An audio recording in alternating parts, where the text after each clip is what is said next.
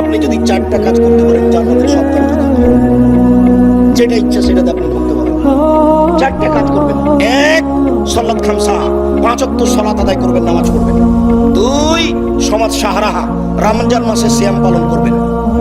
3, আতাত বালাহা, স্বামীকে মেনে চলবেন। 4, আশরাত ফারজাহা, জেনায় লিপ্ত হবেন না।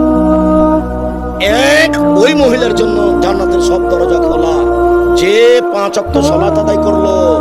2, রমজান মাসে সিয়াম পালন করলো। 3, স্বামীকে মেনে চললো, তিতা লাগলেও মিঠা লাগলেও।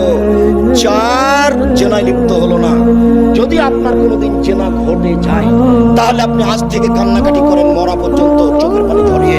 ইনশাআল্লাহ এই নেকি আল্লাহ, এই পাপ আল্লাহ নেকিতে পূর্ণ করে দেবেন।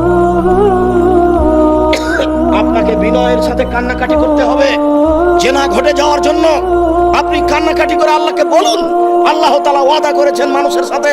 আদমের ছেলে মেয়েকে বলেছেন, আদমের ছেলে মেয়ে শুনে রাখো, আদমের ছেলে মেয়েরা যদি অশ্লীল কাজ বন্ধ করতে পারে আমি আল্লাহ তাদেরকে জান্নাতুল মাওয়া দিয়ে দিলাম। ওয়াদা। এই যুবক তুমি শোনো, তুমি যদি আজকে অশ্লীল কাজ বন্ধ করতে পারো তোমার জন্য জান্নাতুল মাওয়া রেডি করেছেন। এই কথা আল্লাহ তাআলা বলেন। অতএব 4টা কাজ করুন। তার 3 নম্বর কাজ হচ্ছে স্বামীকে মেনেই চলেন। স্বামীর সাথে কথা বন্ধ করে দিন রাত কাটায়েন না। মাস মাস কথা বলেন না, সপ্তাহ সপ্তাহ কথা বলেন না।